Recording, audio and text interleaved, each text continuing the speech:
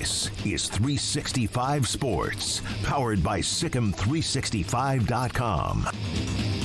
Welcome to the Triple Option. Here's your host, Paul Catalina. Alongside the lovely and talented Royden Ogletree. Oh, thank you.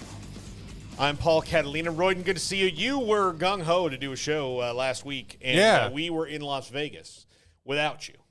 Thanks for the invite. Yeah, sorry. I mean, look, that would have been on KWTX. So yeah, on their dime. They didn't even... and like I said yesterday, it was the lamest Vegas trip as far as, like, we had a good time. Like, we did a lot of good work. Yeah. But as far as, like, what we did and saw, and, you know, we saw Allegiant Stadium. I saw Steve Kerr and Eric Spoelstra and they were there for the training camp. Mark Few at the Bellagio. You know.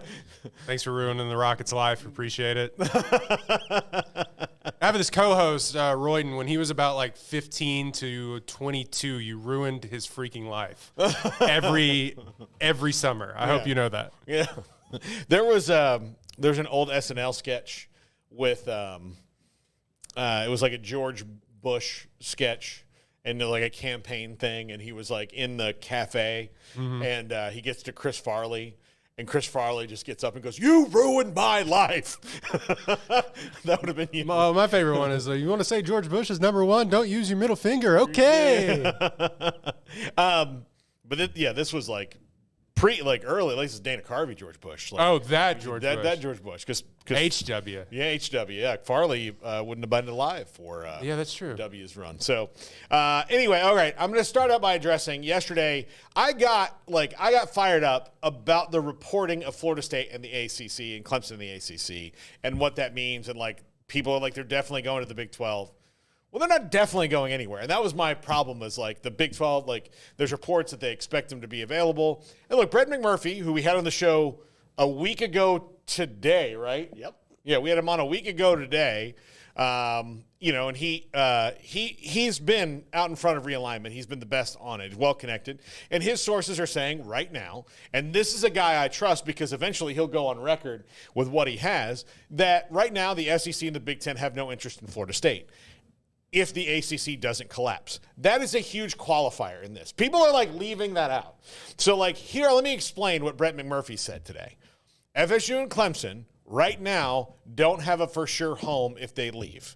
And a lot of people inside those conferences, like Matt Hayes said, that like they think that whoever is advising Florida State is doing them a disservice. And I tend to kind of think that that's right. I think that a lot of this is premature and based on a lot of that like recent anger. Like bad things happened to the football team this year unjustifiably. So now the fire's lit to like fix it all so it never happens again. And because of this, like old style TV deal they have, they're stuck in it. So they're trying to find a way out of it, which is understandable, but they don't know where they're going to land. They have no idea. Well, people took the first part of that sentence to mean that means they're definitely going to the Big 12 because what else is left? Yeah, what else is left? But nothing gets resolved until they know how much they're going to pay. Nothing at all. To get out. Like, nothing gets resolved. But he said, as long as the ACC outside of those two stays together, that's a huge qualifier. That's a huge qualifier. Because if FSU and Clemson leave, then what's the guarantee it's going to stay together? So that's where the tipping point is. Now, look, right now, if Florida State and Clemson got out tomorrow, also not happening tomorrow. This is going to be a prolonged legal process. They're going to play the ACC this year. Yeah. We're bearing down on it. Florida State and Clemson come to an agreement tomorrow. Tomorrow. Like, if it happened tomorrow out of the blue, the only place that is probably reasonable for them that they would for sure, like, Brett Yormark would roll out the red carpet. There's no doubt about that. It would be TV numbers. It would be TV numbers he can't do with the teams in the conference. Bottom line. Also be adding 2 national championships since the Obama administration. Yeah, exactly. So, like, there's that. Like, you're losing 2 big brands, you're gaining 2 big brands. Yeah. No one else in the conference has won a national championship in recent history. Or anyone that had left. Well, I mean Oklahoma and Texas, Texas, like that's pretty recent. I mean, that's within 20 those years. recruits don't know. Like 20 years. But yeah, the recruits weren't alive. Yeah. But yeah, they've been there. So like they know that. That's kind of a different thing. But nobody else, like Utah's never won one. Colorado hasn't won since the 90s. You know, TCU won back in the, when people drove Model Ts, so like, it's not Sammy Ball, was it? Doak Walker, all that stuff. Doak Walker. Yeah. So like that's when they won. I'm not taking that away. I'm just saying that if you go look, if they don't know, if you have to explain to somebody who Sam Bradford or Vince Young is, you're definitely going to be like, you guys heard of Doak Walker? No. He was great. Guys that used to smoke during the games. Yeah. Those kind of things. But that would be a huge thing for the Big 12. And again, there is a lot of people say that, like, I don't care where Florida State ends up. I really don't. I prefer them actually stay in the ACC and just win that league most of the time. But I do understand the financial problems there, is that this is all about, like, closing the gap between them and the SEC, which is their direct competitive rivals. Like, that is more – they care more about beating Florida than they do about beating Pitt. Right. That's a fact. Like, that's just how it is. And it's not no offense to Pitt, but, like, Florida State – built itself. Bobby Bowden built this thing. Dabo Swinney built that thing on national championships. So the conference is just the thing that they have to get through to get there. And like the fact that there's such a gap between the ACC and SEC and Big Ten is what's created this schism between those programs. And there's all these things they're throwing out there, but I will say, just being like, I don't care where they wind up. Can they get in the playoff? Can they win the games in the playoff? And can they hoist trophies? That's all. I don't care if they go to the goddamn MAC. If they win national championships, I will take it. That's all I want. Well, That's the only – listen. What are you going to do when the MAC is a separate national championship from the D2 thing that we talked about? As long as they win the CFP, the real CFP, the big boy, as long as they're holding up the little silver lipstick trophy. You know what you want to say. As long as they're holding that the phallic chalice. That's the only – look, I'm like a kid who only eats peanut butter and jelly sandwiches when it comes to my teams. Had one today. It was great. Yeah. Give me a national title. That's what I want. Everything else is fine and fun, and I'll always rep this 2023 Knowles team because they got screwed.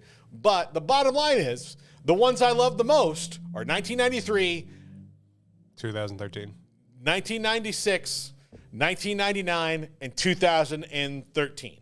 Those four teams. Those are the ones I love. Those are the ones, if I had a will, to give something to, those would be the children in my will. Mm-hmm. 2023 might get access to my beach house. Bonds. Yeah. And one of my smaller companies. Right. But the other four are going to run the empire. Mm-hmm. Essentially, 2023 is my Tiffany Trump. So she was there. She was also there last night. Yeah. So that's who they are. Okay. But I don't care. Again, I don't care where they go. I really don't. Just win games. That's the only thing that brings me joy. When you lose, it makes me sad. So win. Well, yeah. Win. So simply win football games, guys. I don't know if anybody has ever thought of this. I'm not a conference elitist at all. I think it's so stupid that we have this now. I think Craig, Smokey, me, you, everybody who walks in the studio kind of has that feel. Now, granted, we've been in Big 12 country for a long time, right next to SEC country, and I had to listen to that. Right, chant. and so we're playing. And so you're okay. You're playing catch up a little bit. It's all right. Do you guys really care? Honestly, Ole Miss, do you care if Mizzou does anything? Right, or do you care so much that Alabama and Georgia are boistering your conference that much that? Hey, our conference won the championship. We weren't even close to sniffing it, but actually, Our resident SEC fan here, Garrett. Yes. Garrett. Well, he has championships, so it's different. Okay. When Georgia beat TCU 65-7, were you like, man, dude, I'm really proud of the SEC? Hell yeah. Legitimately, I had a LaDainian TCU jersey on in here that night. But I swear. So, and here's the thing. But you weren't fans who know their elbow from their a-hole won't be like, man, that's great for Georgia. Right, if no, I'm hell LSU, no. they're like, they just won the national championship game by 58 points. This is not good news for us. Yeah. Not at Like, all. this makes our lives harder.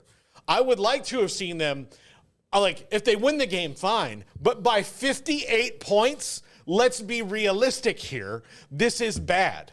I had this argument with Tom and Butch a long time ago when they were kind of pushing this narrative like, hey, Texas winning is great for the Big 12. I'm like, no, it's not. It's good for Texas.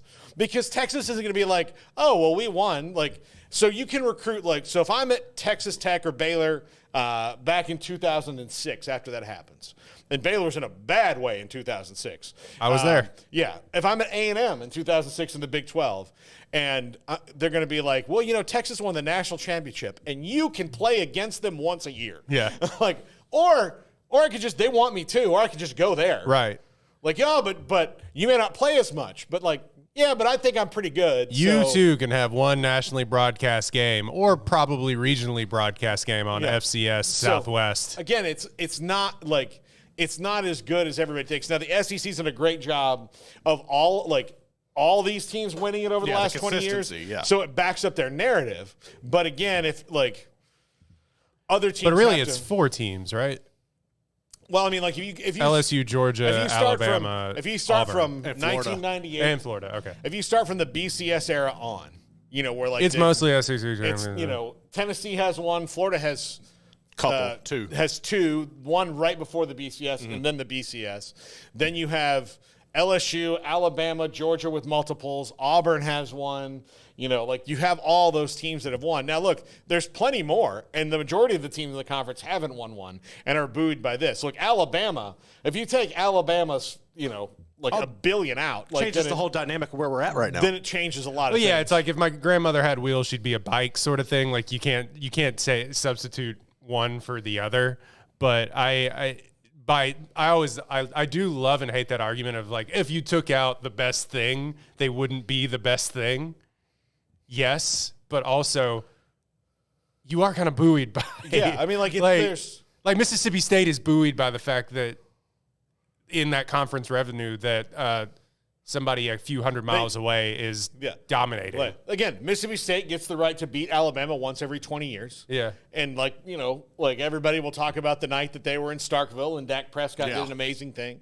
You know, like that's the thing. But again, it's still Alabama, right? And so in all of that, like that's just a long way of saying I don't care. Like if Clemson, how did this start? Did you go on a rant yesterday I or did. something? If Florida State people say I don't want him in the Big 12, no, I just don't want the reporting to be stupid. Like I'm telling you, there was a lot of, you know, and this news was tertiary to all the things that went on this weekend. I don't know if you were around for things that happened. Yeah. But it mixed in between all that, I was seeing like it is a done deal that people with hundreds of thousands of followers, like college football reporters, are like, it's a done deal that Clemson and Florida State are going to the Big 12. No. But the way that you put it is like, if in fact there's a million things. If in fact they have to. There's a if million in fact things it happens. There's it a million things happened. that have to happen. Like there's big things that have to happen, and there's so many factors. So now, in between parsing out the news, I was also trying to figure out, wait, are they actually going to? And I would tell you that the Big 12 is their last choice. Like that's their last choice. But I don't think it's like it's completely. But it was like Brett McMurphy made the point. It was Utah and Arizona State didn't want to be in the Big 12 either, but circumstances dictated that's where they have to go. And look, so say Florida State and this is why I think the Big 12 should be leery of this. Say Florida State and Clemson do join the Big 12. When that little term is up, that 5 to 6 year TV deal is up, if they can leave and the opportunity is there for them to go to one of those other conferences, they're going to do that. That's unless what I the was Big thinking. 12 is like, you know, because they're still. Well, they've cemented themselves. Like the Big 12 all of a sudden cements itself as on equal footing with the Big 10 and that's SEC. where the Super League gets kind of scary, where you're like, okay, if it ever goes to that point, there's going to be some teams that are like, hey, thanks for the time, money's on the dresser. You know, like Utah will be one of them. Yeah, exactly. Like there's a lot of schools that'd be like, oh, Super League and we have to be in it. Like, there you go. Sorry. Thanks for a good time. You want me to get you an Uber? I'll get you an Uber. It's fine. It's fine. Just I'm gonna go smoke a cigarette. Like, stay golden, Pony Boy. Yeah, it's like when I come back from that, I would like you to be gone, to be not here. You're here now. I'm gonna go, but when I come back, it would be best for everyone involved if I was just here. Like, that's how it would be, and that's callous. Which brings me to the topic I wanted to discuss with you today, which is Florida State the Texas of the ACC? Which I will say, an ashamed yes. I will tell you, yes. All the moves they're pulling right now are right out of the Texas playbook or out of the Texas playbook and just done without as much clout and smoothness. Like Florida State, money. Texas is like the smooth politician who gets elected governor, and you're like, oh, that guy's smooth. And Florida State, well, I mean, they're in Florida, so let's just that's just what they are. They've got this, like, they're also a governor, right?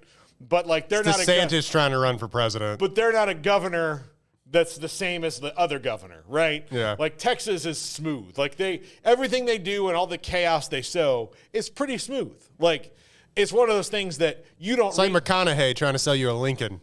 Yeah. They're like the Thomas Crown affair. Like all of a sudden the painting's back in the they just did it to see if they could do it, right? They're like the Thomas Crown affair, and Florida State is smash and grab.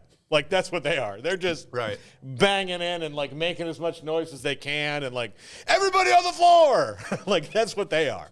So they're trying to do that, and they're trying to pull They're just those hell or moves. high water. Yeah. Yes, exactly. They are hell or high water.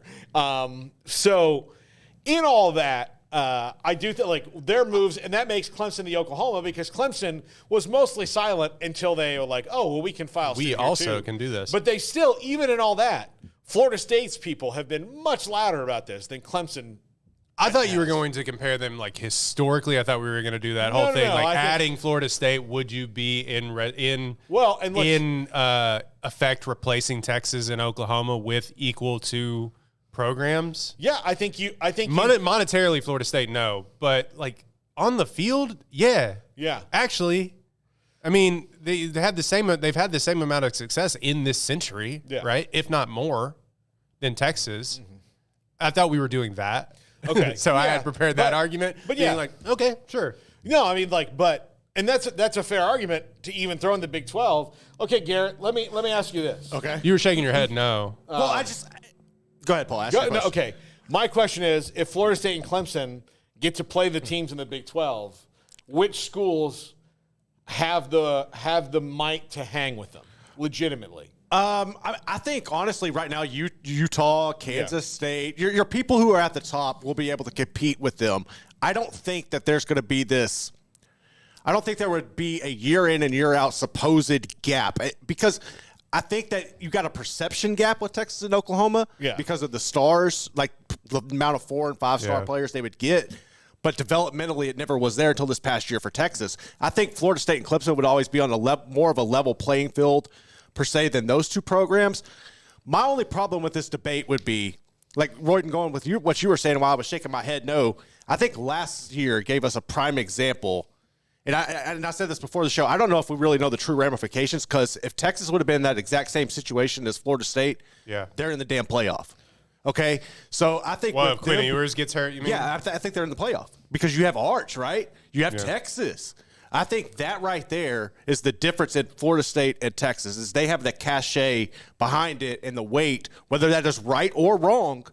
That's just a perceived reality due to the media networks and where we're at right now. I don't think they would get the same bump as a Texas would. No, I agree. I'm just saying historically, Florida State over the past recent history would be on your side. Yeah. And to the fact is, like, they're kind of more similar than you would like to think, other than Texas has the brand that they are the University of Texas, and they have all this money and there's recruiting and this cachet.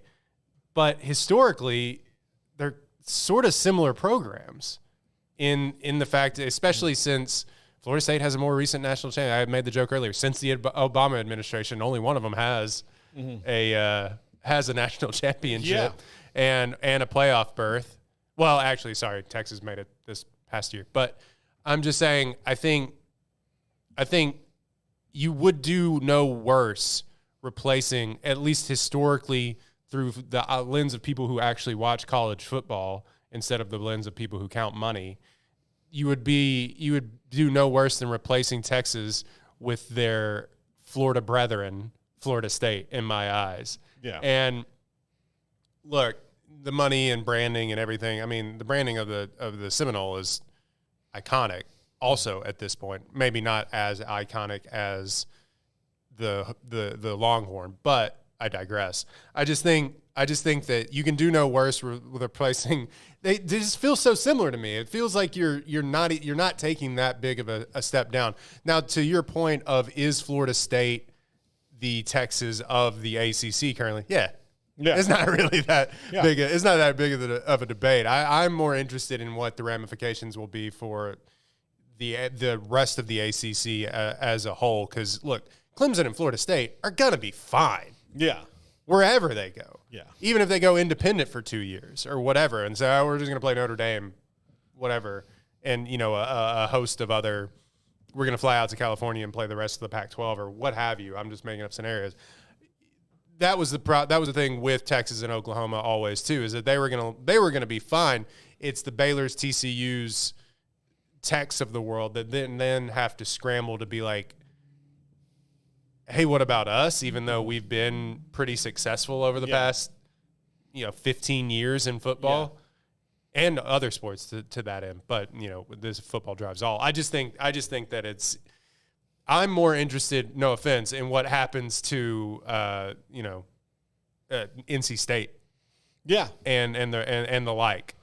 Yeah. Absolutely. Miami. I'm at this point, I'm like, Florida State and Clemson, do what you're gonna do. I get why you're doing it.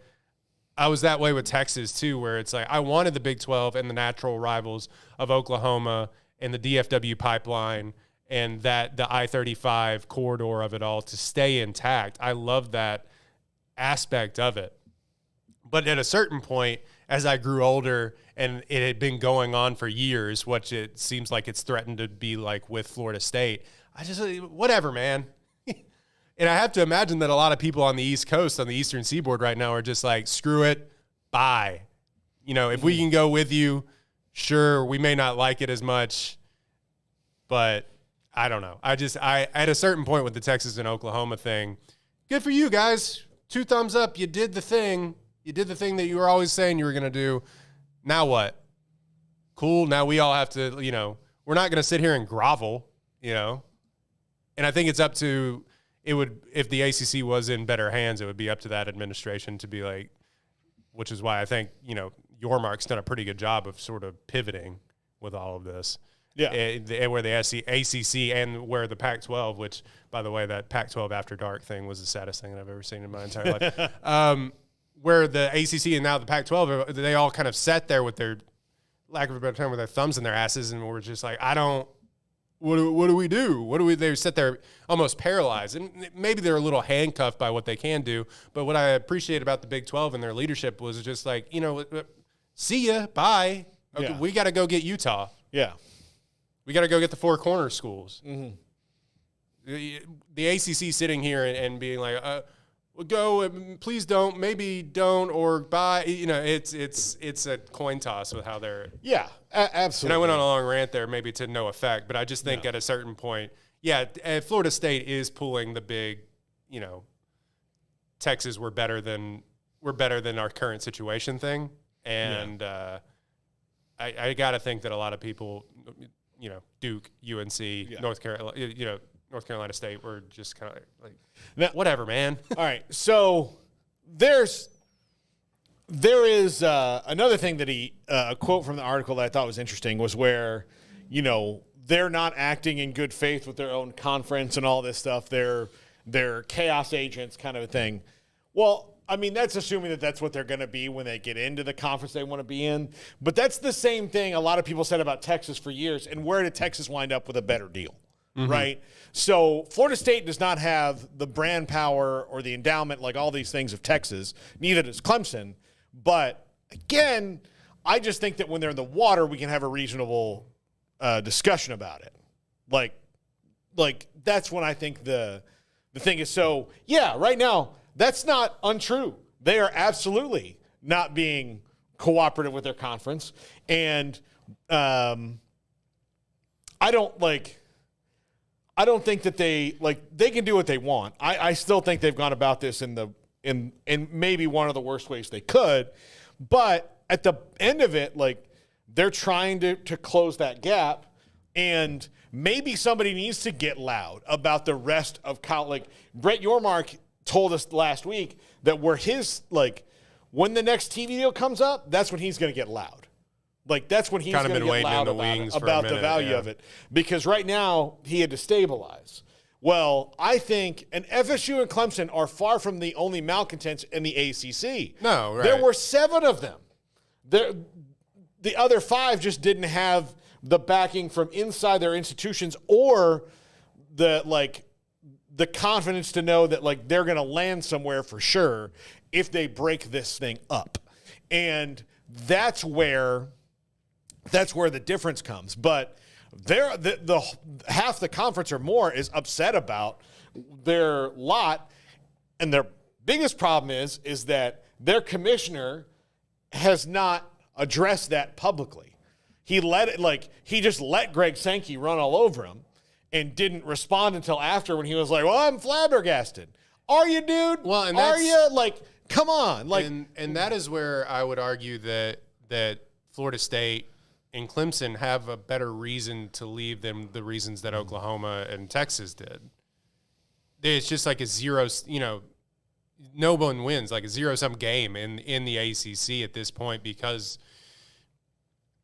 of what happened over the past college football season. Whereas, Oklahoma and Texas, to me, it always felt greedy more so than and look, do you go get your money, Kings, whatever. But to me, it always felt more greedy. And to a certain extent, Florida State and Clemson are being a little greedy, but it felt more, this is the wrong word I'm trying to look for, but altruistic than what Texas and Oklahoma did. It just all of a sudden being, you know what, actually this is lame and bad. We're going to go to the cool party. You know? Whereas Florida State's we've been slighted. We whether it's justified or not, we've been slighted, and we need to rectify the situation. Yeah. And look, this is going to end with Florida State and Clemson being out of the ACC in its current form. Mm-hmm. That's where this is going to end. When that ends, we don't know. But there's also the possibility that this is to break up the league and reform it in a way that is more acceptable to them financially. That's a huge thing that could happen. People out. I wouldn't say. Yeah, I guess that's the blunt way to put it. They get a bigger revenue share, right? Finding okay, we want a bigger revenue share. Well, here's what we're going to do. They're doing what the Big Ten and SEC can't do or won't do about which is not good. Believe me, it's not good. But it's like they just woke up one morning and were like, God, we're so tired of Rutgers. And they're not helping us out at all. This TV market thing is different. Let's just pull the plug and Rutgers, we've traded you to the Big East. And for cash considerations, not even for another team. Yeah, for cash considerations. And that's basically what FSU and Clemson and whoever else would join them in the ACC, they'd be like, we really like this to be something different, so we're going to pull the rug out from under you. And we don't need your help anymore. Bye-bye. Yeah. And that's what it would be. So I think that option is on the table and that would be the most absolute cold-blooded thing to do. Wake Forest, see ya. It'd just be sorry about you. Boston College, we appreciate all your efforts, but Syracuse never knew you. Yeah, I mean, so And that's unfortunate for all those schools because then there's going to be some that are just like, well, I guess we're Big East schools now. Right. Like, oh, we're going to play football in the Big East again. Like, whatever it is. UConn, you want some friends? Like, come on, let's do this. So, need some revenue. Yeah, absolutely. So, yeah, I don't I think that you're going to have an aneurysm by the time this thing is over. Oh, I am because it's so confusing. And the other ones like happened under dark of night. So BU at 12 with Patrick, at Big 12 with Patrick, says dissolution not an option, lawsuits galore. Oh, I think they're plenty ready for lawsuits. Here's the thing. And that option only comes with if Florida State and Clemson get out before ESPN exercises the option, and then ESPN decides to not exercise that option on the ACC network, and the plug gets pulled, then there is no lawsuit. Like, there is no conference. Yeah. It's over. There is no network. Yeah. There's no network. There's no conference until they reform one and make it in the way that they can make the money that they all want to. And I think that one's not like – I think that one's going to be a lot harder to pull off, like, to me, than – like, the thing they want to do the least probably right now is join the Big 12.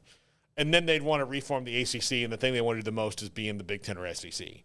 The Big 12 is the most likely, easiest thing for them to happen because if they got out, they could call Brett Yormark. For an interim period, yeah. Yeah, here you go.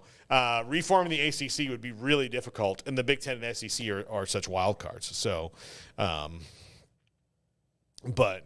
you know, yeah, I like, again, yeah, that's a good point. Chris Robinson says, enjoy Ames, Iowa in December, buddy. Yeah, that's something that will be December, it'll be late November, but like they have Boston. I mean, Syracuse plays in a dome. Pitt plays outside. It can get cold in Virginia, North Carolina, but for the most part, you don't see ACC games played in frigid conditions. Usually not. So, yeah, again, and then look, if they go to the Big Ten, like, here's the equalizer for them is like – Joy, Minnesota. Get ready to learn parka, brother. Yeah. So those things, you know, usually if you would play a team like Minnesota or Wisconsin or one of those teams from the frozen north, you'd play them in September. Yeah. You know, so you wouldn't even worry about that. That's a really good point. Does the Big 12 currently have the highest differential of climate that you can play in? No, I mean the Big 10 and Big 12 are about the same, right? Because I guess so. You can be on the beach, you can be in the mountains, you can be on the plains, you can be East Coast. I mean, they're both coast to Big coast. 10. Yeah, I guess like technically, you know, Big 12 has Orlando, but I was just and the desert, but they don't quite have the coast. So I don't know. I was just thinking like, man, Arizona State's going to have to go play in Kansas. Yeah. In West Virginia. Yeah. It is truly wild. Yeah.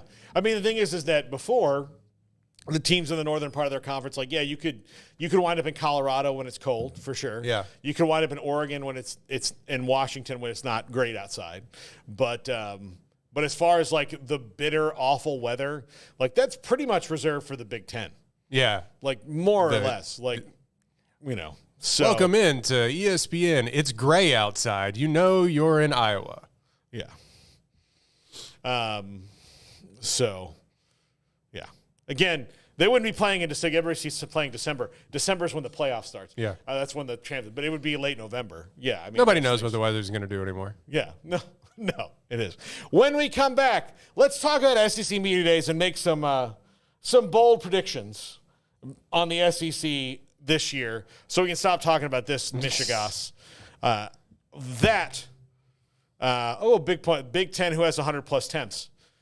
Well, California can get there, but not anywhere can get 100 now. Yeah, I'm serious. Anywhere in the United States can get 100 now. Go look at, but like, not like Arizona or anything like that. But you know. It's like 103 in Seattle last week. I was saying, so anywhere now it's fair game to be 100 degrees. Sorry. Yeah. It just is the way that it is. Chris Robinson, can you even get flights from Tallahassee to any of the Big 12 markets?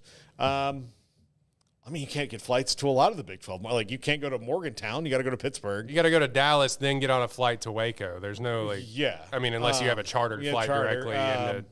Obviously, Fort Worth, you could. Lubbock. I mean, they're going to chart it for the fans. We had to fly into Iowa City. For fans, it'll be tougher, right?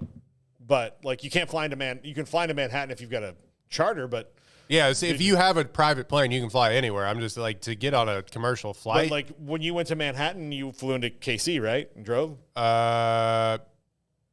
Yeah, I think so. Yeah. No, actually, sorry, we drove all the way to Kansas. We drove all the way. So no. But a lot of people did. A lot of media members stayed in Kansas City. That's why they call them flyover states. I mean, so. And if I never have to make that drive again in my entire life, I'll be a happy man. It's brutal. No, you can't fly into Stillwater. You can fly into Oklahoma City and drive to Stillwater. Yeah. So Tallahassee's airport is and again, those things will change. Like the SEC's added flights, right? Those things would change if they did. Like, so that's not a total disqualifier there. Mm-hmm. How many flights from Portland to Minneapolis you think there really are a day? 3. Yeah, I mean, so it's not. They're all full. Yeah, I don't think. I don't think it's that much of a difference. The SEC partnered with Southwest Airlines, and there's more routes. Like there's no reason to think that you wouldn't be. This is a complete non-sequitur, but you ever been on a flight recently and it's like a weird time, like 2 p.m, and it's full, but you're going to like Flagstaff, Arizona or something like that? Like, who are you people? Yeah.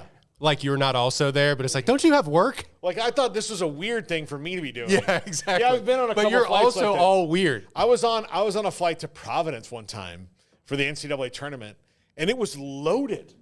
And like most people fly into Logan, and then go up, but like I got a direct to Providence, what I was thrilled about.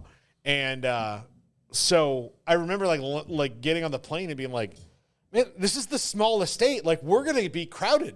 Yeah. Like, you know that. So going to Bozeman, Montana, the flight was packed from Dallas. I'm like, who? What the? Yellowstone. I know. I get it. And there's probably like 5 flights a day, but I was sitting there just going to like. Listen, I actually have quite enjoyed the show Yellowstone, but I have not enjoyed that it has helped spawn the further creation of fake cowboys. The amount of cowboy hats and tennis shoes was crazy. Yeah. Like, here's the thing. You can walk down, like, you can see a little bit of this. Go to the stockyards in Fort Worth and then just walk in one of those, like, high-end, like, cowboy hat shops where the hats cost, like, $2,500. And you're like, bro, there's no way you have ever been on a horse. Never. You might have not even seen a horse. Did y'all see the stupid picture of Brian Kelly yesterday?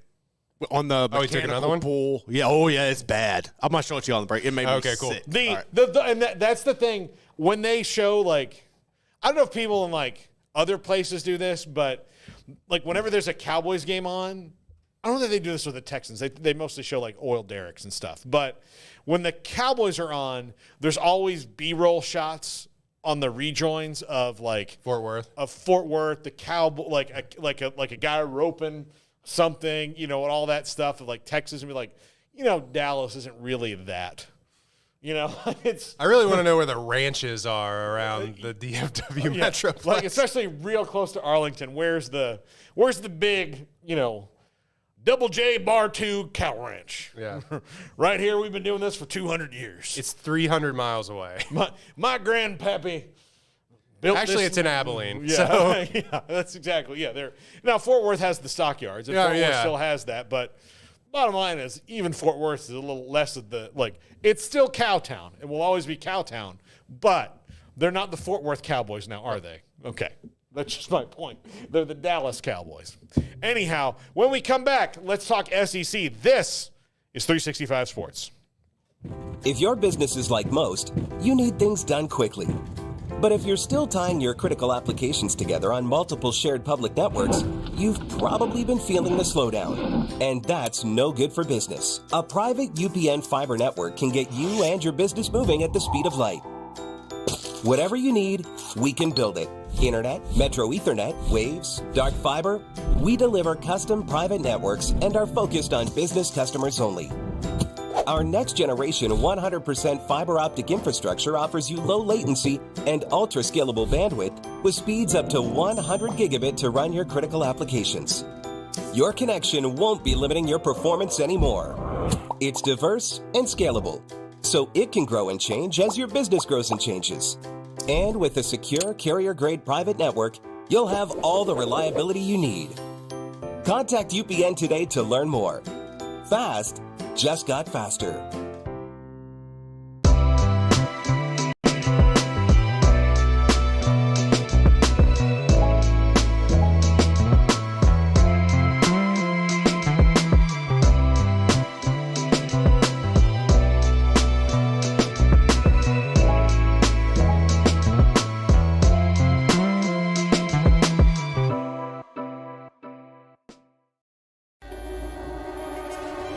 This is 365 Sports, powered by Sikkim365.com.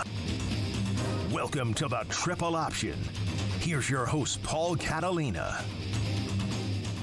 Welcome back. Paul Catalina, Roy Nogletree, Garrett Ross. And so it's SEC Media Days, and Gary, you just sent me the picture of Brian Kelly. Yeah. On the bull. How's that looking to you? What you think? What y'all think? He has. Try that on. How's that fit you? He has a unique ability to be cringy, the dorkiest dude ever. I mean, that was it? I'm not surprised Walker Howard transferred out after that became a meme of him dancing with him on the thing. I know Brian Kelly's just trying to but some cool, people just don't need to try. But it's just. He just feels like a guy who's trying too hard. Well, yeah, and the fake accent and everything when he was hired. It's been a hell of a ride, man. Yeah. Just coach football, brother. You know, you're a pretty good football coach, usually. Mm-hmm. The having to try to all of a sudden become the personality hire when you get thrown into Baton Rouge, you can't do it. If you're not the personality hire, you're not the person. Some people have to make spreadsheets. Yeah. And that is their lot in life. And Brian Kelly is a spreadsheet aficionado. Yeah. I mean, he is proficient at Excel. But look, nobody's coming to him and being like, what are you having for lunch? They're kind of avoiding him. Here's the thing about Brian Kelly that LSU needs to embrace is that, and he needs to embrace, LSU did not hire him for his personality. Nope. They hired him for his efficiency. Yeah. What had happened with Les Miles and with Ed Orgeron, even though they won a bunch with those guys, is they had gotten to a point administratively where but administratively they were a mess. Oh, yeah. They had, if they don't hire a guy like Brian Kelly, it didn't have to be Brian Kelly, but here's why Brian Kelly was the best hire for them given his skill set. He is an organizer, right? He is. So I said, proficient at Excel. Exactly, you said. So that's what he's proficient at. They didn't, and he's a good recruiter. I would not put him on the level of a Kirby Smart. Yeah, he's not an elite recruiter, but he's or got a Dabo Sweeney or somebody like that who's just dominates high school recruiting. But he's good. I mean, he's really good. Yeah, he's good. But also the past two brands that he's been at have kind of recruited. Kind of recruit themselves a little bit. But that also okay. So Notre Dame and LSU recruit themselves to a certain point. So you don't need some places you don't need to have. If you happen to have Kirby Smart and Georgia together, that's elite, but you don't need, Yeah, you can be really, really good with an okay recruiter. Yeah, you can be really, really good with it because the place sells itself, and you can be like, I'm a nice guy. You're going to like the program. It's, like this. NIL is going to be more of the recruiter than anything else now. So all those things. Have you seen the spas that are our locker rooms? Yeah, exactly. So those kind of things.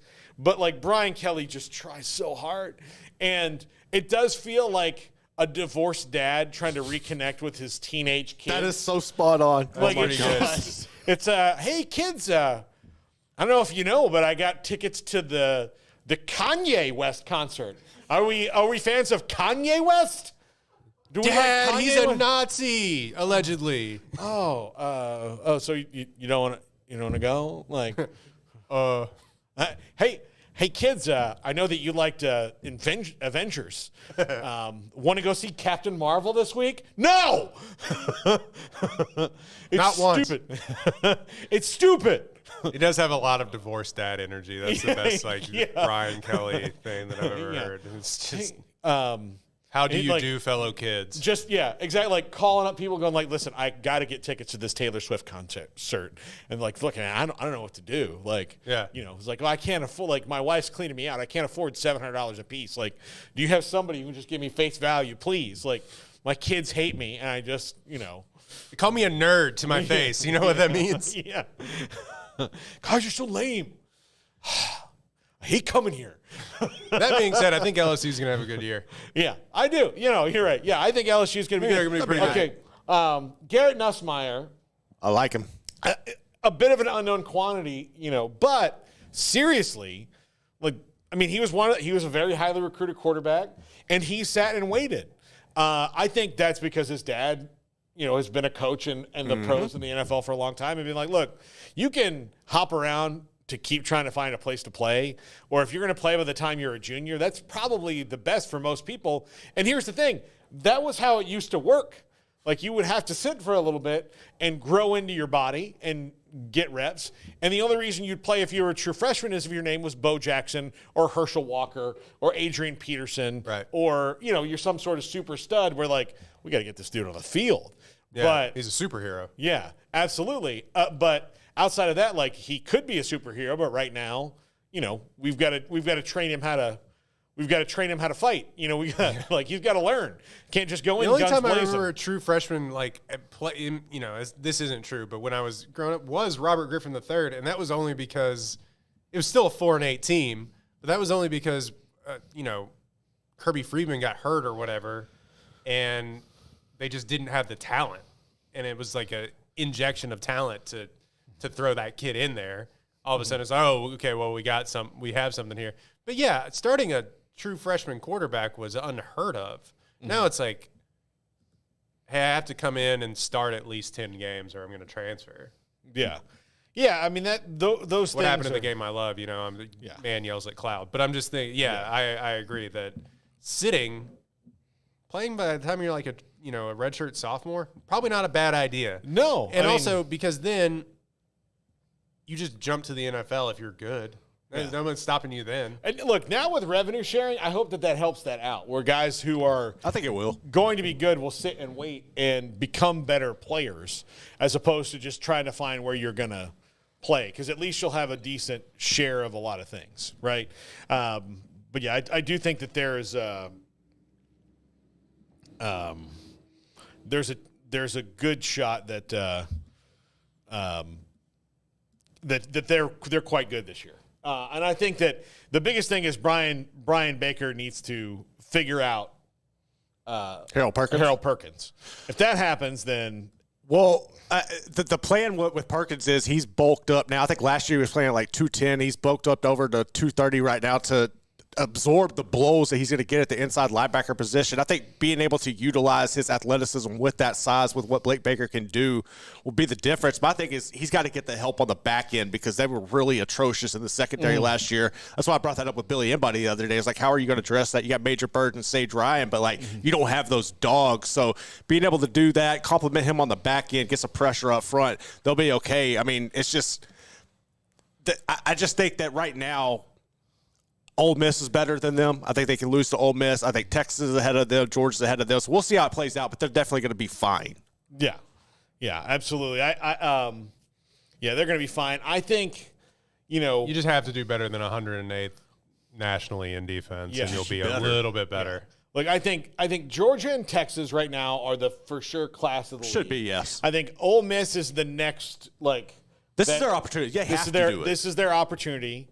And then you've got schools like LSU who has a chance. Mizzou, this is their opportunity. Tennessee. Tennessee, this kind of a bit of a new era with Nico. We'll see what happens. I think they're going to be probably pretty fun to watch this year.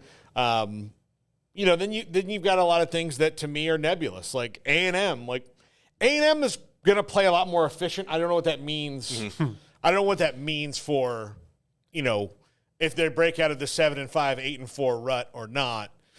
It'll be something around that where it's like damn, A&M was tough to play this week. Yeah. Torrin York had 15 tackles and 2 sacks. Yeah, he's cold. And they lost by 21 points. That's what Mike Elko needs to build this year is he needs to bring back that RC Slocum attitude of like, you know what, win or lose, you knew.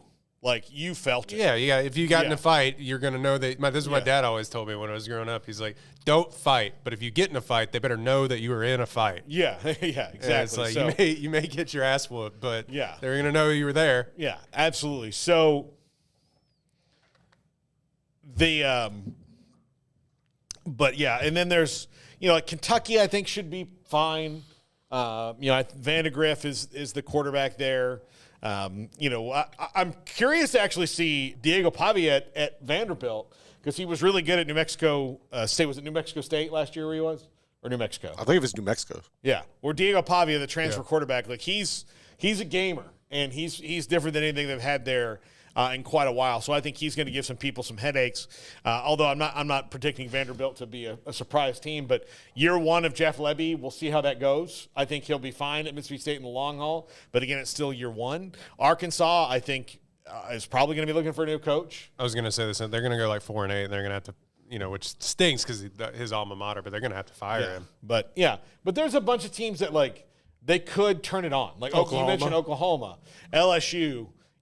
But am I the only one that? Yeah, I understand that Oklahoma has talent. Am I the only one that thinks they're going to be in for a bad awakening, like a rude awakening, rather? I think they're going to struggle at first, and then having who I believe it was it? No, it was Josh. God, who would we have on the other day? Josh. He covers Oklahoma from Sooner Scoop. Anyway, Josh McCuistion. And he was talking about the offensive line and how they have pretty much all freshmen along the line. This is the last conference you need to be in that situation. Yeah. So I think that's going to be rough going for them this year.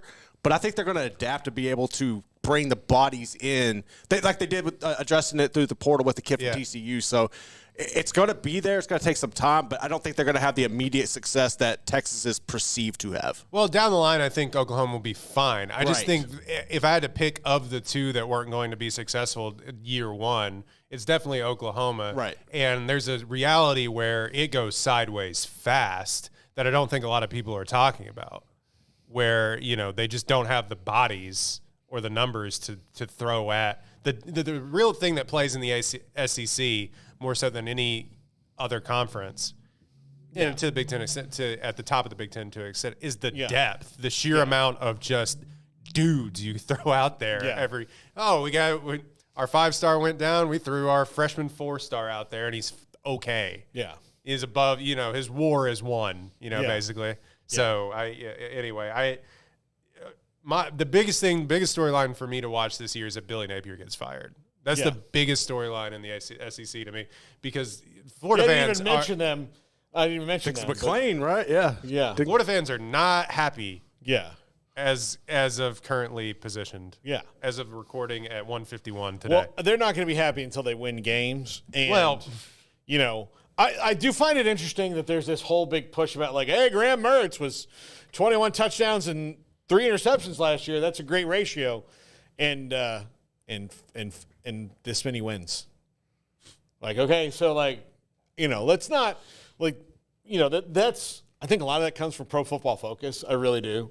That he's got this touchdown to interception ratio, big time throws sort of thing.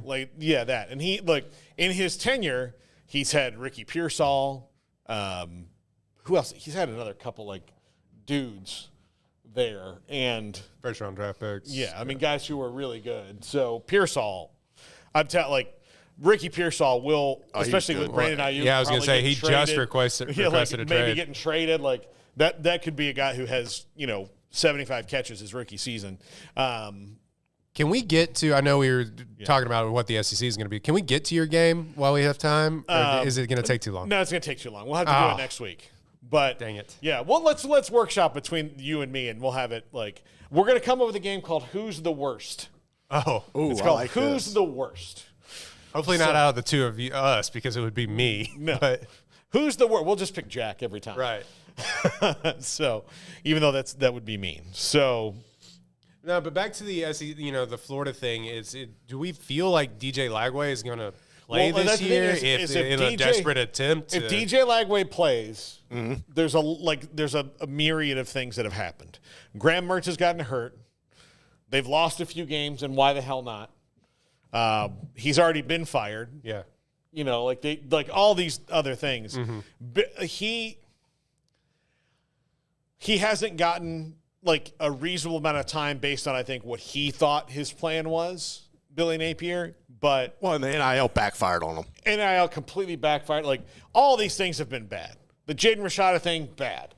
Like, all of this has been bad. And then here come Texas and Oklahoma to the SEC, and the schedule that you were used to when you got this is now, well, no, we are going to throw you in.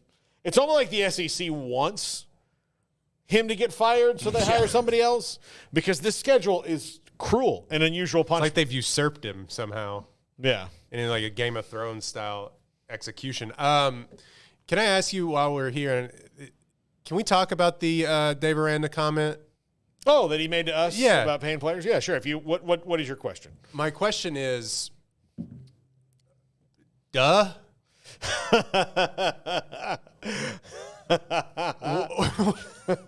What, dude? Like, I don't. Yes, I understand where they were coming from with a lot of we want to be on equal footing here, and to a certain extent, in a not like I say this word again, in an altruistic sense, I think that at its top is what NIL should be. But we know that's not how it works. Yeah. What do you think? Obviously, the comment, of course, was true, but in a little tongue in cheek. What do you think was the determining factor for them to say, well, okay, well, we have to just completely redecide 3-9? So it started then? Yeah. Okay. No, it started then.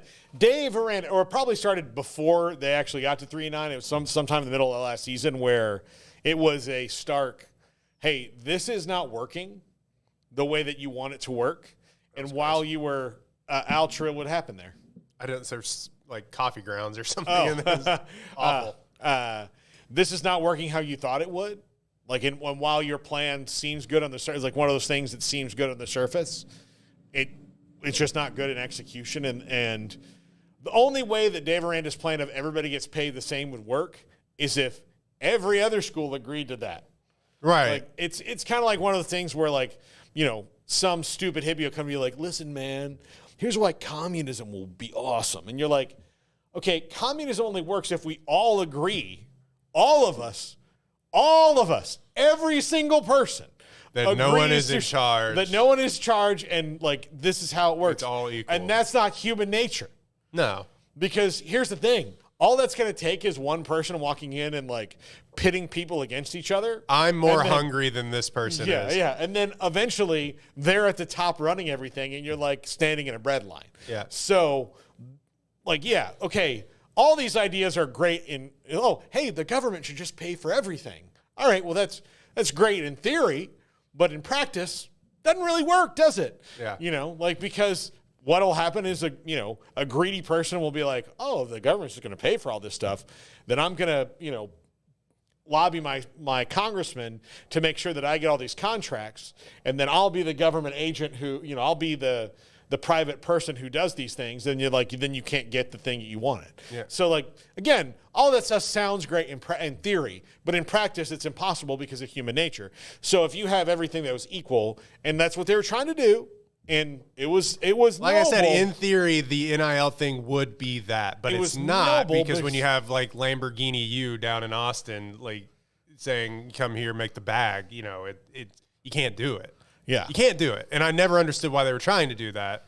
And it's not like Baylor never had the funds. My other question was the response to the comment, not from y'all, but in general out in the world, was it what you thought it would be, or do you think it was taken way out of context? I mean, like, I think a lot of people still think it's way out of context, and you're like, I don't understand why this is, like, blowing up the way that it did. I mean, so is your school. Yeah. Like, it's not like he didn't say it in 1987. Yeah. He said it in 2024. Like, let's it's not SMU coming out and being like Gold Trans Am, duh. So I think here's the thing.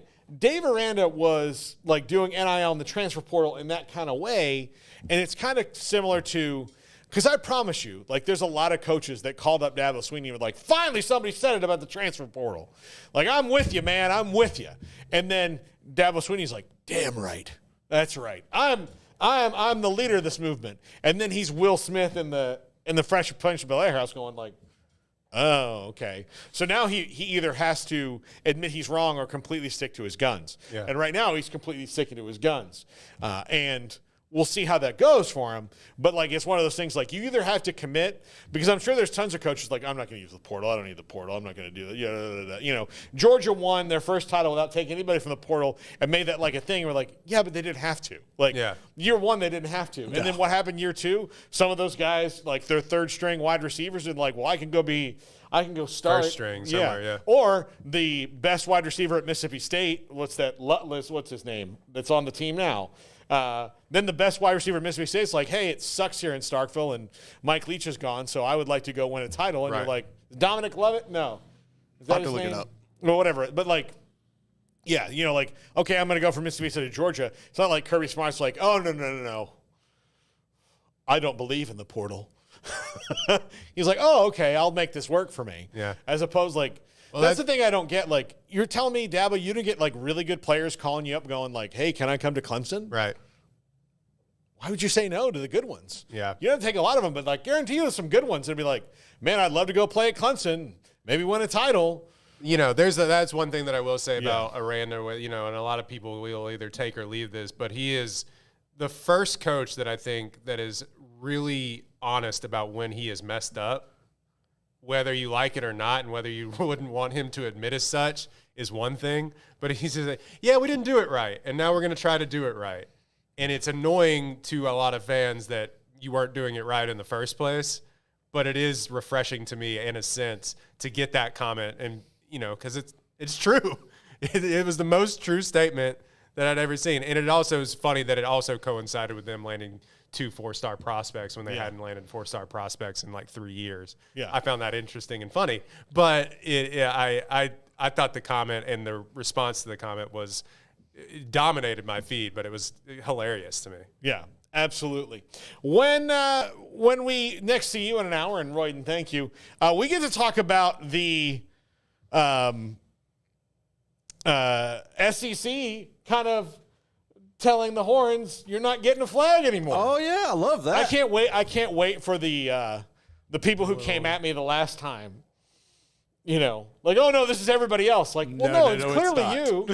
It's clearly you. Like, you know, like there's like the last time we talked about it a couple weeks ago when Sankey didn't say anything about it, a lot of people kind of came at me like, no, here's the deal. It was everybody else. And you're like, yeah, but like, would everybody else have responded the way if you weren't mad about it? Mac Brown brought it up. Yeah, but he really meant this. Like, no. Mac Brown brought it up. Like I said last week. And then DeLoss Dodds sent somebody running down the hall to ESPN after Jesse Palmer did it in the booth, and he had to apologize for it. So don't tell me that people in the administration, the fans really genuinely, except for this little group of people who are trying to blame everything that Texas never does anything wrong, the administration created the horns down issue. The fans don't care. And believe me, like, again, the SEC official used the land shark and the gator chomp as like, I mean, they've been dealing with that forever, and neither of them have said a peep. So I don't. Again, I will say it is a lot of people online wanting to tell you that they aren't mad online. Yes, totally not exactly. mad. Yeah. All right. When we come back, we'll have Brett McMurphy in an hour or so. We've got John McClain today. We have Jason Shear. So your realignment fix should be filled today. And Craig's off the radar in my top 5. Royden, thank you very much. I love you, but conditionally. No, it's fine. It's reciprocated. I mean, again, yeah, there's conditions to it. Yeah. There's conditions to it. I told Pierre yesterday I loved him unconditionally. We've got no, conditions. that's fine. We've got conditions. We have a contract. Yeah, it's how it is. All right, see you in an hour, everybody. If your business is like most, you need things done quickly. But if you're still tying your critical applications together,